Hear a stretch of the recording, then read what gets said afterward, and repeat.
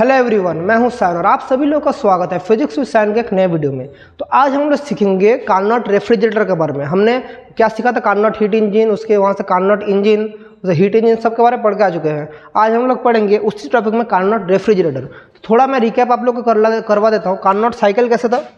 Carnot cycle था कुछ इस तरह का प्रोसेस था। This is Carnot cycle. इस तरफ था पी भी, ये था isothermal expansion, adiabatic expansion, isothermal compression और एडियाबेटिक कंप्रेशन। तो एक हीट इंजन या कार्नोट हीट इंजन में क्या था? दो तो आइसोथर्मल प्रोसेस था, दो तो एडियाबेटिक प्रोसेस था, दोनों रिवर्सिबल था। तो रेफ्रिजरेटर ठीक इसका उल्टा है। रेफ्रिजरेटर क्या है मैं ओवरऑल बोल देता हूँ, फिर मैं आप लोगों को पढ़ाऊंगा भी। इसका पूरा रिवर्स, मतलब जैसे रिवर्स चलेगा, ये जैसे इस तरफ था, इसका पूरा रिवर्स चलेगा। दिस इज द रेफ्रिजरेटर का साइकिल, रेफ्रिजरेटर कार्नोट साइकिल पूरा उल्टा है। तो ये भी दो तो आइसोथर्मल और दो तो एडियाबेटिक लेके ही एक रेफ्रिजरेटर बना हुआ होता है।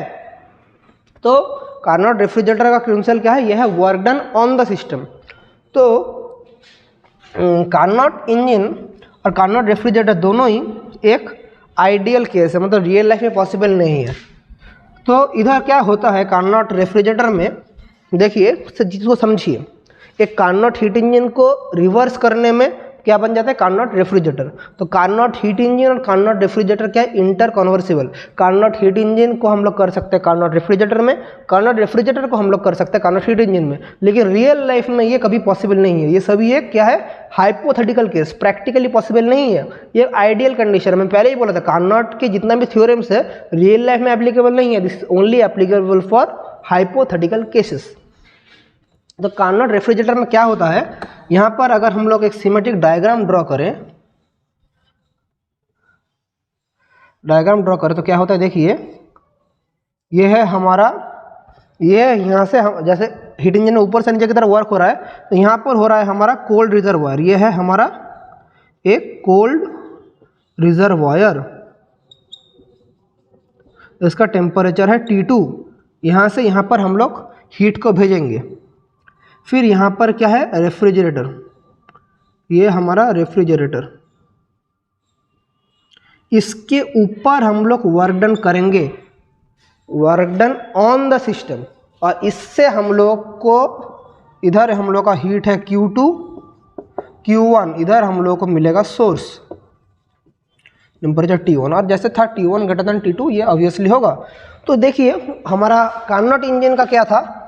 कार्नोट इंजन का क्या था? देखिए ये वाला सिंक था, ये वाला सोर्स था, यहाँ से आ रहा था, यहाँ से वर्क डन निकल रहा था। ये था इंजन था ये वाला। तो दोनों के बीच में डिफरेंस हो, इसमें वर्क डन सिस्टम खुद कर रहा था, यहाँ पर रेफ्रिजरेटर में work done on the system हो रहा है। तो इसी कारण में ये कार्नोट हीट इंजन का अपोजिट है। तो रेफ्रिजरेटर में क्या होता है? देखिए जैसे रेफ्रिजरेटर और थोड़ा डिटेल में देखिए। ये अगर आपका फ्रिज है तो बाहर हमारा टेम्परेचर अगर मैं बोल रहा हूँ 40 डिग्री सेल्सियस है, लेकिन फ्रिज के अंदर मुझे 10 डिग्री सेल्सियस करना पड़ेगा। तो बाहर से कोई हीट अंदर नहीं आ पाएगा, अंदर से हीट को बाहर निकालना पड़ेगा। तो इंजन के ऊपर काम करवा के हमें हीट को बाहर निकालना पड़ रहा है। तो work done on the system, खुद से नहीं कर पाएगा, खुद से तो अंदर आएगा लेकिन नहीं आ पाएगा, बाहर निकालेगा, हीट को बाहर निकालेगा। तो रेफ्रिजरेटर में work done on the system होता है। सबसे पहले ये आप लोग को जानना पड़ेगा। तो रेफ्रिजरेटर का समझे, consist of 2 reversible isothermal process and 2 reversible adiabatic process. So refrigerator का हमारा पीवी डायग्राम क्या होता है? इधर अगर P इधर एक V, तो देखिए ये डायग्राम बहुत इंपॉर्टेंट है, ये आता है एग्जाम में। तो हमारा पूरा रिवर्स हो जाएगा, सॉरी, जैसे हमारा ये था इस तरफ जा रहा था, ये हमारा इस तरफ आएगा।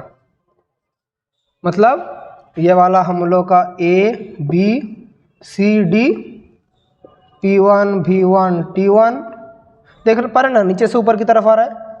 P2 V2 T1, P3 V3 T2 और P4 V4 T2। तो हमारा देखिए क्या होगा, ये Q1 ये वाला Q2, समझ पा रहे हैं ना? तो ये वाला क्या है? Isothermal, adiabatic isothermal adiabatic. तो ये प्रोसेस है कार्नोट रेफ्रिजरेटर का। ये साइकिल है ऑपोजिट, कार्नोट साइकिल का ऑपोजिट। कार्नोट साइकिल था, ये प्रोसेस क्या हो रहा है देखिए, कहाँ से कहाँ जा रहा है, ए से डी, डी से सी, सी से बी, वहाँ से ए। ये है कार्नोट रेफ्रिजरेटर का cycle, Carnot refrigerator cycle, generator cycle, Carnot refrigerator cycle. तो ये हुआ। तो यहाँ से और एक चीज़ हमें निकालना पड़ेगा, जैसे वहाँ से एफिशिएंसी निकाले थे, रेफ्रिजरेटर का हम लोग निकालेंगे कोएफिशिएंट ऑफ परफॉर्मेंस। क्या? Coefficient of performance. तो कितना वर्क डन हो रहा है सिस्टम के ऊपर, एफिशिएंसी नहीं, ये थोड़ा अलग है, एफिशिएंसी से थोड़ा अलग है कि यहाँ पर वर्क डन कितना कर रहा है सिस्टम। देखिए सिस्टम के ऊपर तो वर्क हो रहा है, तो work done on the system क्या हो रहा है, W equals to Q1 minus of Q2। और हमारा इनपुट कितना है, Q2। तो हम लोग यहाँ से कोएफिशिएंट ऑफ परफॉर्मेंस क्या होगा, कोएफिशिएंट ऑफ परफॉर्मेंस क्या होगा बच्चों, K is Q2 by W। इसको हम लोग बोलते हैं कोएफिशिएंट ऑफ परफॉर्मेंस, मतलब Q2 by Q1 minus Q2। So K equals to Q2 by Q1 minus Q2। और एफिशिएंसी के साथ इसका रिलेशन क्या होगा, इसको हम लोग ऐसे लिख सकते हैं कि K equals to Q2 by Q1 minus Q2। तो हम लोग इसको ऐसे लिख सकते हैं ना, 1 by Q1 by Q2 minus 1, हम लोग ऐसे लिख सकते हैं। Q और एफिशिएंसी का मतलब हम लोग क्या जानते हैं, एफिशिएंसी का मतलब 1 माइनस Q2 बाई Q1। ये हम लोग जानते हैं एफिशिएंसी मतलब 1 बाई Q2 बाई Q1। सो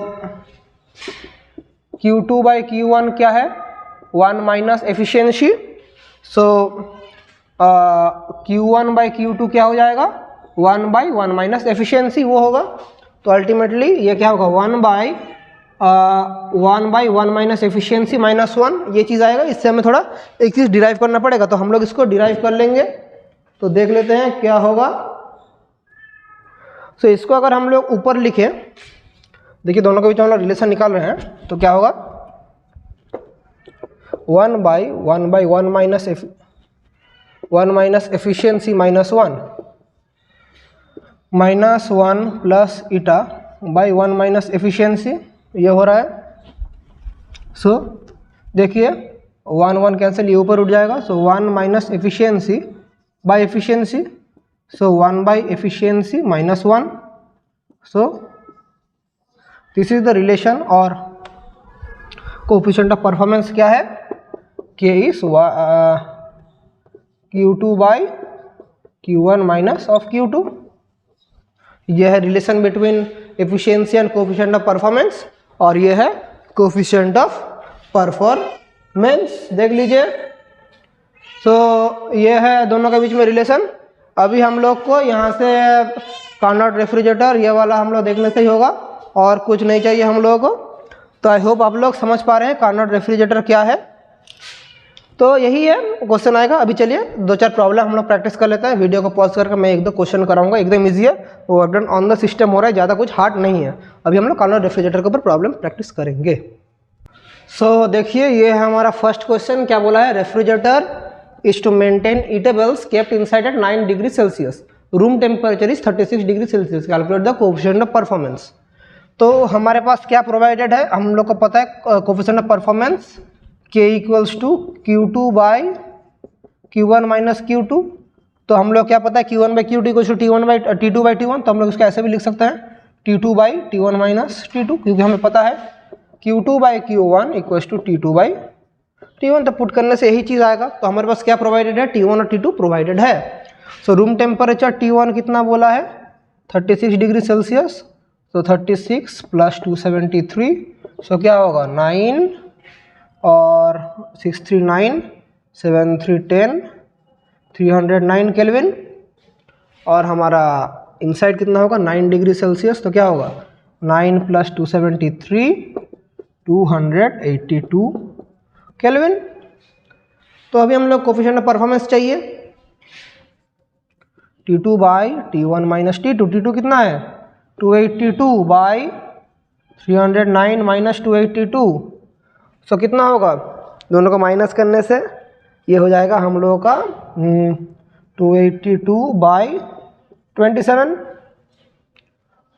इसको करेंगे तो क्या होगा 27 127 फिर 0, हाँ 10 पॉइंट 282 बाई 27 तो 28 1 फिर 12 आ रहा है तो क्या होगा, यहाँ से देख लीजिए 282 हो रहा है तो हम लोग यहाँ से 10 0 करेंगे तो 0 0 12 फिर 27 इंटू 4 क्या होगा 2 7 40 2 4 7 28 4 to 10 100 है, ऐसा करके चलता रहेगा। तो हम लोग इसको लिख सकते हैं नियरली इक्वल टू 10.4 अप्रोक्स। तो कोफिशिएंट ऑफ परफॉर्मेंस क्या है 10.4, ऐसा कर सकते हैं हम लोग। तो चलिए अभी हम लोग नेक्स्ट प्रॉब्लम ट्राई करते हैं। तो देखिए ये हमारा नेक्स्ट क्वेश्चन है, temperature of the refrigerator is -7 degree Celsius, room temperature is 31 degree Celsius.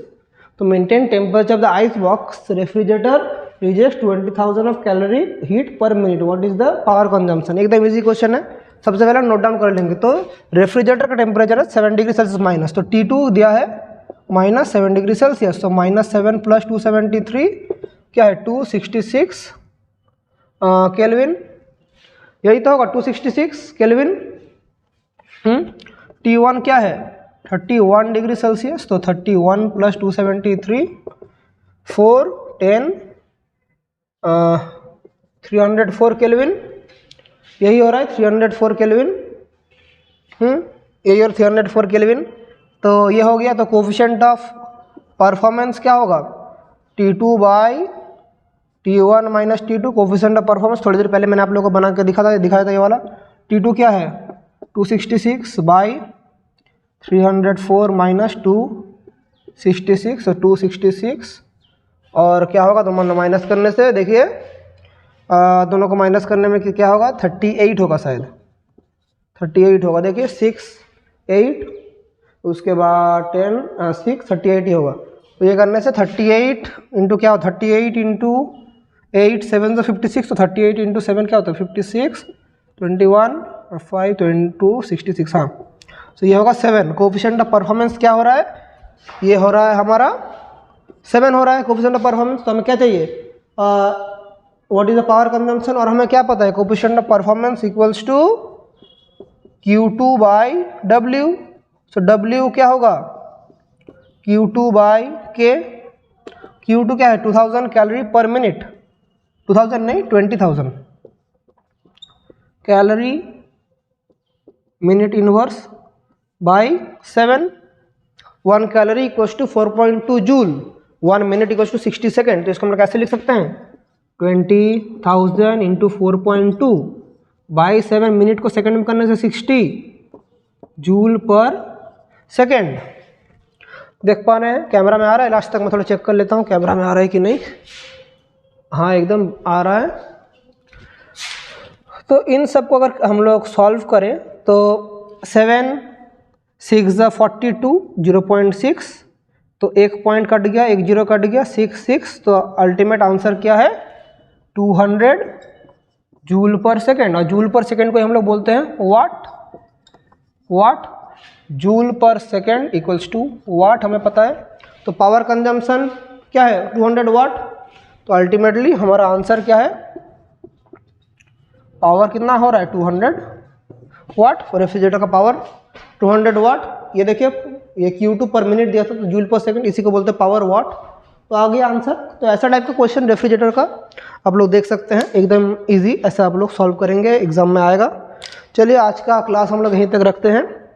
Next में हम लोग पढ़ेंगे सेकेंड लॉ ऑफ थर्मोडायनेमिक्स के बारे में। तब तक के लिए पढ़ाई करते रहिए और थैंक यू।